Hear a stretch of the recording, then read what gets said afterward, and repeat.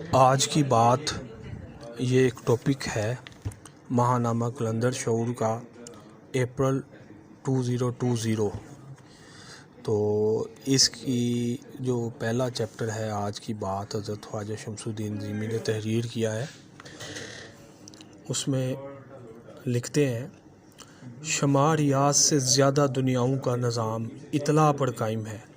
اطلاع ایک ہے، عمل کرنے کے راستے دو ہیں، ایک راستہ مفید اور دوسرا غیر مفید ہے۔ مفید روح سے زمین و آسمان میں تخلیقات کی خدمت ہوتی ہے اور غیر مفید روح سے نظام حیات کو نقصان پہنچتا ہے، ایسا نقصان جس کے نتیجے میں ذہنی پسماندگی، علوین اور فریب نظر طرز فکر بن جاتی ہے۔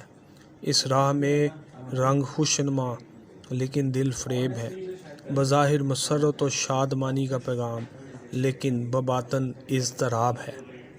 زندگی سفر کر رہی ہے، شک کی وجہ سے متضاد رخ اختیار کر کے فرد راستے کو دو میں تقسیم کر دیتا ہے۔ زندگی کی بیلٹ اپنی فطرت میں پرسکون شاہراہ ہے، جس پر بلا چون و چڑھا چلنے والے شادمان و کامران ہے، کیونکہ فطری رخ اختیار کر کے وہ جان لیتے ہیں کہ بیلٹ حرکت کے تابع ہے۔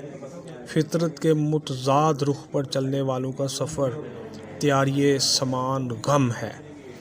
دریا کنارے استاد اور شاگرد بہتے ہوئے پانی کو غور سے دیکھ رہے تھے۔ استاد کا ذہن خاموش جبکہ شاگرد کا ذہن بہتی ہوئی موجوں کا عکس تھا۔ شاگرد نے کہا، پانی حرکت کی وجہ سے آگے بڑھ رہا ہے۔ استاد نے فرمایا، تم ٹھیک سمجھتے ہو۔ شاگرد بولا، حرکت عمل ہے اور پانی کا آگے بڑھنا رد عمل ہے۔ استاد نے نفی میں سر ہلایا اور نظر دریا کی موجوں پر مرکوز کر دی۔ شاگرد نے نظروں کا تعاقب کیا اور استاد کے ذہن سے پانی دیکھنے کی کوشش کی لیکن کامیاب نہیں ہوا۔ توقف کے بعد پوچھا، اگر موجوں کا بہنا رد عمل نہیں ہے پھر کیا ہے؟ استاد نے کہا، جسے تم رد عمل سمجھ رہے ہو وہ حرکت کے مطابق پانی کا عمل ہے۔ دریا کنارے بیٹھے استاد کے لہجے میں سمندر کی سی گہرائی تھی۔ شاگرد نے بے تابی سے پوچھا، پھر رد عمل کیا ہے؟ استاد نے کہا، رد عمل یہ ہے کہ پانی حرکت کی مخالف سمت میں بہے۔ قابل احترام بزرگوں اور عزیز دوستوں، ہر عمل کا رد عمل نہیں ہوتا۔ لاکھوں میں چند خواتین و حضرات ایسے بھی ہیں جو حکم پر عمل کرتے ہیں۔ ایسے افراد دریا کی موج بن جاتے ہیں جو بہاؤ کے ساتھ بہتی ہے۔ اللہ کی عادت اور اللہ کے نظام کی بنیاد یہ ہے کہ اس میں رد و بدل اور تعطل نہیں ہے۔ خالق ارض و سماوات اللہ تعالیٰ کا ارشاد ہے، سورۃ روم آیت نمبر 30، پس یکسو ہو کر اپنا رخ اس دین کی سمت میں مرکوز کر دو، قائم ہو جاؤ اس فطرت پر جس پر اللہ نے لوگوں کو پیدا کیا ہے۔ اللہ کی بنائی ہوئی ساحت بدلی نہیں جا سکتی، یہی راست درست دین مگر اکثر لوگ نہیں جانتے۔ فطرت سے مراد لہروں میں حرکت کی رفتار اور طوالت کا محسوس تناسب ہے۔ لہر جسے حرکت کہتے ہیں میں طوالت سے اسپیس تخلیق ہوتی ہے۔ ہر اسپیس کی رفتار منفرد ہے اور یہ انفرادیت تخلیقات کی پہچان ہے۔ یکسو ہو کر دوبارہ پڑھیے، حرکت کی لاشمار طوالتوں سے لاشمار تخلیقات وجود میں آتی ہیں۔ ان کا عددی مجموعہ مقداریں ہر نوع اور فرد کے لیے الگ الگ ہے۔ اگر ایک مخلوق سبز رنگ کی 3 مقداروں سے بنی ہے تو اس فارمولے سے دوسری مخلوق وجود میں نہیں آتی۔ اللہ نے تخلیقی فارمولے متعین کر دیے ہیں جن میں تبدیلی نہیں ہے۔ اس کو اللہ نے فرمایا ہے کہ قائم ہو جاؤ اس فطرت پر جو تمہارے لیے متعین ہے۔ اللہ کی بنائی ہوئی ساحت بدلی نہیں جا سکتی۔ آدمی جب فطرت کے خلاف عمل کرتا ہے یا زندگی کی بیلٹ پر متضاد رخ میں چلتا ہے تو دراصل وہ فطری ساحت بدلنے کی کوشش کرتا ہے جس کا اسے لامحالہ نقصان پہنچتا ہے۔ فطرت کے مطابق زندگی گزارنا عمل ہے اور اس کے برخلاف چلنا رد عمل ہے۔ نظام کائنات میں آدمی کے سوا ہر تخلیق فطرت سے ہم آہنگ ہے۔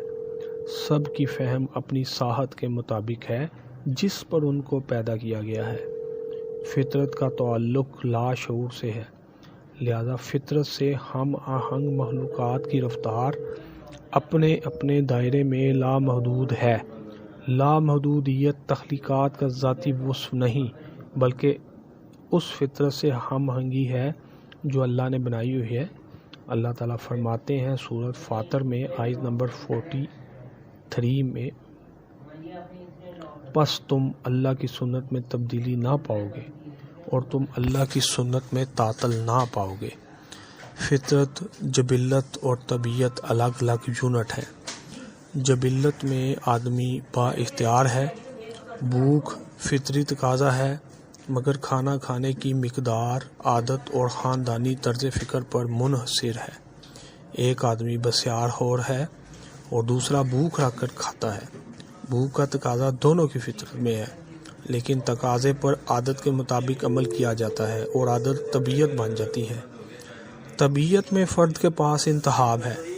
فطرت بتاتی ہے کہ نشہ صحیح نہیں، پھیپھڑے خراب ہوتے ہیں، لیکن فرد مضر صحت عمل ترک نہیں کرتا کیونکہ نشے کی عادت جبلت طبیعت بن گئی ہے۔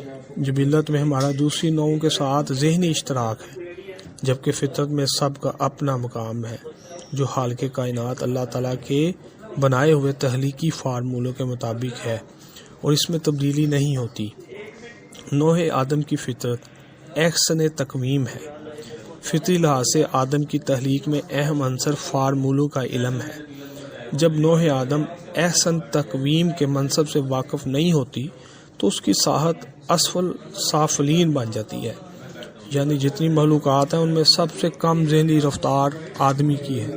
اس لیے وہ ٹائم اینڈ سپیس کے کم ترین درجے میں قید ہے، جہاں پریشانی اور غم تعاقب میں ہے، پسماندگی، بدخالی، شکوک و شبہات، ڈر، خوف اور امید و مایوسی رقص کنا نظر آتی ہے، جبکہ یہ سب نظر کا دھوکہ ہے۔ زندگی میں پیش آنے والے نشیب و فراز پر غیر جانبداری سے غور و فکر ایسی کوشش ہے جو خالق کائنات کے لیے پسندیدہ ہے۔ ارشاد باری تعالیٰ ہے، اور جو لوگ مجھ میں جد و جہد کرتے ہیں میں ان کے لیے اپنی راہیں کھول دیتا ہوں۔ آیت نمبر 69 سورۃ العنکبوت۔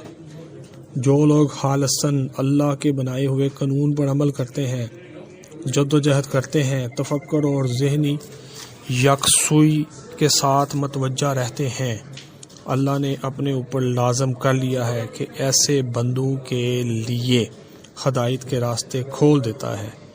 ہدایت کے معنی ریسرچ اور ذہنی وابستگی کے ساتھ غور و فکر کرنا ہے۔ یہ لوگ اولی الالباب ہیں اور ہر کام کی رف اللہ کرتے ہیں۔ خلاصہ، زندگی گزارنے کا ایک طریقہ عمل ہے اور دوسرا رد عمل ہے۔ نمبر 1، عمل میں سکون، راحت، دل جمی، یقین، مستقل مزاجی اور ذہنی تفکر کے ثمرات ہیں۔ نمبر 2، رد عمل میں بے سکونی، تکلیف، اضطراب، بے یقینی، غیر مستقل مزاجی اور جمود پیدا کرنے کے لیے ببول کے کانٹے ہیں۔ جب نوح آدم کی فطرت احسن تقویم اس کی طبیعت بن جائے تو ایسے خواتین و حضرات کو اللہ تعالیٰ نے راسخ فی العلم فرمایا ہے۔ قرآن مجید ال-عمران آیت نمبر 7۔ جو لوگ علم میں راسخ ہیں وہ کہتے ہیں ہمارا اس بات پر یقین ہے کہ ہر شے اللہ کی طرف سے ہے۔